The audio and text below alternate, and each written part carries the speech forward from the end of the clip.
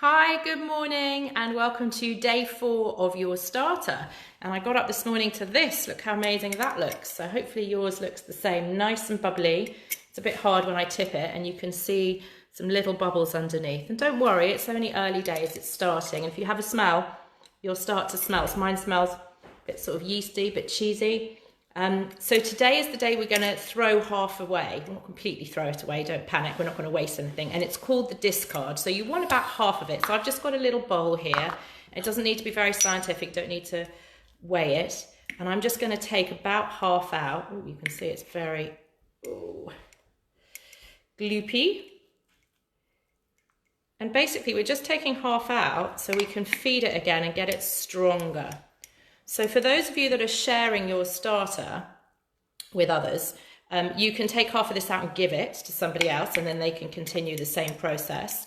Or you can use this to make maybe pancakes or waffles, because as I said yesterday, it's basically just flour and water. So you can just add an egg to it and then add a bit more flour and thicken it up, or some sugar, whatever you want to do. I just fry these off and they make kind of really nice pancake, like a cross between a pancake and a crumpet actually. And my kids like them spread with a bit of Nutella, not hugely healthy.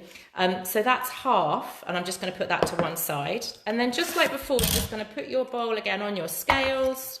I'll leave my spoon in there. And then 30 grams of flour and 30 grams of water. So I'm going to pop in my flour, just the same strong white bread flour. So we're just feeding it to get it really nice and strong. That's 30. And then a little bit of water as well. Then we just do exactly the same process as we did before. So all my flour and my water is in there, if you can see. Hi, Rosie. And then I'm just going to stir it just like I did to get it all nice and mixed in. Now, somebody asked me that their starter had gone mouldy. It really shouldn't go mouldy. If you get a little liquid on it, grey liquid, it's called hooch, and you can just mix it in. That probably means your starter's a bit hungry, or you might have left it somewhere very warm. So I leave it in a shady place, hi guys, in my kitchen, and I've got a nice cool worktop.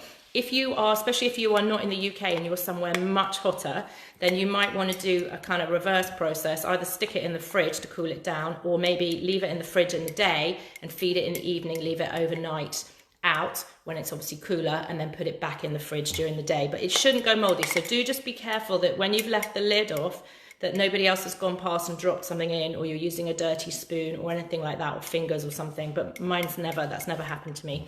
So you can see already I'm starting to get a couple of little bubbles. It's so interesting to watch, isn't it? So you just basically, when you know it's ready, and it isn't now, but you just always give it a stir and see how long it takes for those bubbles to come back in. Hi, Susie. Hi, Kate.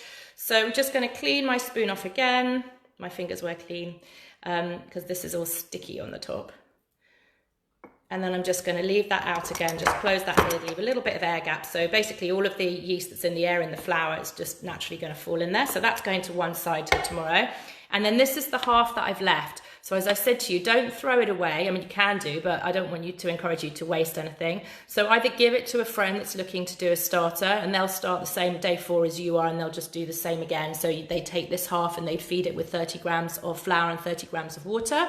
Or you can just add an egg to it and a bit more flour and fry it off and make some pancakes, okay? Yours is already very bubbly, perfect. And everything's different depending on the water, the flour you've got, the kind of natural yeast in the air where you are. It totally depends. There's no right or wrong answer. This is only early days. It can take at least a week, you know, maybe a bit longer. So do not worry if yours is not super bubbly. And if it is super bubbly, it's lovely. They've all got kind of personality of their own, and it's very much the in thing to give yours a name. So you can ask the kids to give yours a name. And then I just wanted to show you this. This is my dough that I've left out overnight, and you can see it's super bubbly there. And in fact, that's why I love glass bowls. You can see all the bubbles there. So I'm just going to turn that out and roll it and put it in my tin to bake. So I'll show you that a bit later. So that was day 4. So 30 grams of water, 30 grams of flour. Those of you that, because I made a bit of a mistake earlier on in the week, that put 50 grams of water and 50 grams of flour, it's not a problem. You just don't need to have a very big starter. But the key thing is always feed it the same amount of flour and the same amount of water. If you've got any questions, head over to the amazing recipe, which this is from Elaine at Foodboard Sourdough. So enjoy feeding your starter today. Let me know how you get on. This one's already kind of bubbling away. So lots and lots of nice bubbles. So that will be pancakes later. And I will see you guys tomorrow for day 5. Have a good day. Bye.